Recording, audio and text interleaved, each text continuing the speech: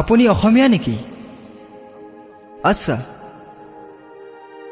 আপুনি অসমীয়া নেকি? আপুনি ভালকৈ অসমীয়া ভাষা ক'ব নাজানে। অসমীয়া পোছাক নাই আপোনাৰ শৰীৰত। বিদেশী ভাষা, বিদেশী বস্ত্ৰ, বিদেশী স্ত্ৰী। চাওক, আপোনাৰ সন্তান দুজনেও দেখাত বিদেশী, যাক আমি বগা চাহাব বুলি খেদিছিলোঁ অসমীয়াৰ হেংদাঙেৰে।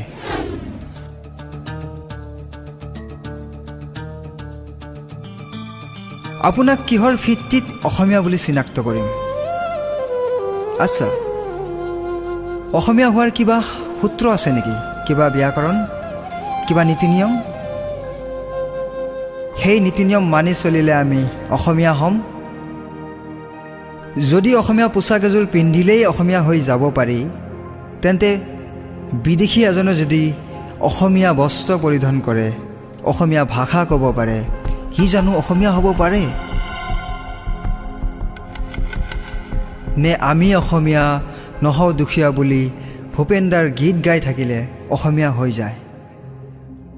হানি সিঙেওতো এই গীত চেষ্টা কৰিলে গাব পাৰিব, সেই বুলি সি জানো অসমীয়া হ'ব? আচ্ছা, আপুনি কোৱাৰ দৰে লাচিতৰ তেজ যাৰ শৰীৰত আছে সি প্ৰকৃত অসমীয়া। কেনেকৈ মানি ল'ম মই এই যুক্তি? আপুনি ক'ব পাৰিবনে কাৰ শৰীৰত লাচিতৰ তেজ আছে? কোনোবাই কোৱা শুনিছোঁ, যি অসমত জন্মগ্ৰহণ কৰি অসমত বসবাস কৰিছে সি প্ৰকৃত অসমীয়া। কিন্তু ধৰি লওক, বিদেশী এজন যদি অসমত আহি সন্তান জন্ম দিলে, সন্তানজন অসমীয়া হ'বনে? আপুনি কোৱাৰ দৰেই অসমত জন্ম তাৰ, NRCত নাম উঠিবনে?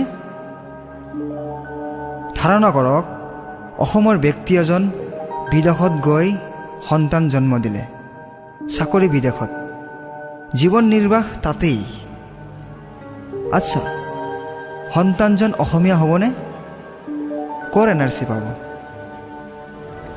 আজি 10 বছৰেই হ'ল অসম দেখাই নাই, বিদেশত তাৰ জন্মভূমি, বাসভূমি। ক'ব পাৰিব আপুনি কোন অসমীয়া? যদি আপুনি নেজানেই, কেলেই অসমীয়াৰ সংজ্ঞা বিচাৰি চিঞৰি আছে? এবাৰ ভাবিছেনে আপুনি নিজে অসমীয়া হয়নে নহয়? যদি হয়, কেনেকৈ? মোক প্ৰমাণ দিয়ক। NRC নালাগে মোক, আপুনি যে প্ৰকৃত অসমীয়া তাৰ প্ৰমাণ দিয়ক।